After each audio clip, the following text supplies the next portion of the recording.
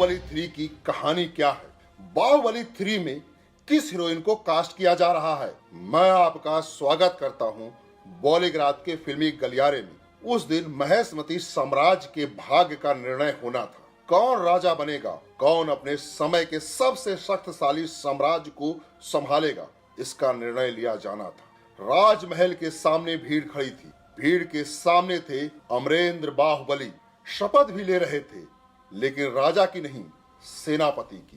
राजा की शपथ पहले ही ली जा चुकी थी। राजा बने भल्लाल देव यानी बाहुबली के बड़े भाई और राजमाता शिवगामी के पुत्र। लेकिन भीड़ चाहती थी राजा अमरेंद्र बाहुबली बने।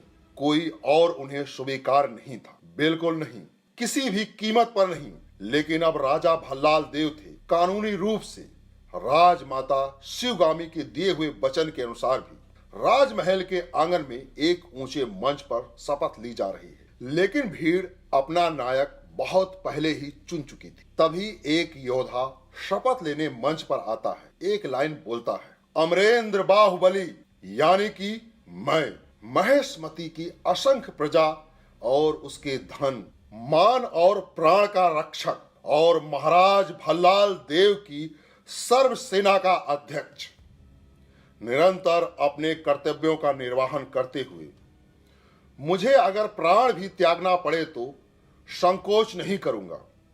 राजमाता शिवगामी को साक्षी मानकर मैं ये शपथ लेता हूं। उसके बाद भीड़ का सब्र टूट जाता है। भीड़ से एक नारा उठता है, हमें चाहिए बाहुबली।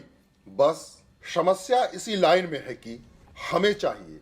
ये समस्या केवल बाहुबली के चाहने वालों की नहीं है, स्पाइडरमैन के चाहने वालों की भी है, आयरन मैन के चाहने वालों की भी है। ये समस्या चिरकालिक है। बस समय बदल जाता है, जगह बदल जाती है, वस्तु बदल जाती है, लेकिन इच्छा नहीं बदलती। हमेशा और अधिक चाहने की इच्छा।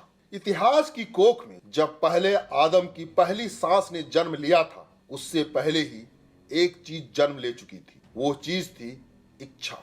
पहली सांस लेने की इच्छा। यूं करके आदमी की इच्छा खुद आदमी से बुजुर्ग है। बस यही दर्शन शास्त्र इस फिल्म के चाहने वालों की इच्छा के पीछे काम करता है। बाहुबली 1 आने के बाद पूरा देश एक ही सवाल के पीछे पागल था, बाहुबली को कटप्पा ने क्यों मारा। इसीलिए बाहुबली 2 भी आ गई। इस सवाल का जवाब भी मिल गया कि कटप्पा ने बाहुबली को क्यों मारा। लेकिन अब तक लोगों को बाहुबली के प्रभास को देखने की आदत हो चुकी। अब उन्हें बाहुबली का तीसरा पार्ट भी चाहिए। अब तो फैंस की समस्या बहुत बड़ा विकराल रूप ले चुकी और सभी को अपने पसंदीदा हीरो को और अधिक देखने की इच्छा कभी नहीं खत्म होने वाली है। इसीलिए एस.एस. राजामौली चाहते हैं कि बाहुबली का तीसरा पार्ट बनाना चाहिए। बाहुबली 3 आएगी कि नहीं, ये सवाल उतना ही पुराना जितना कि बाहुबली 2 की रिलीज डेट है। मतलब जिस दिन फिल्म का दूसरा पार्ट रिलीज हुआ, उसी दिन से फिल्म के तीसरे पार्ट का इंतजार भी शुरू हो गया था। बस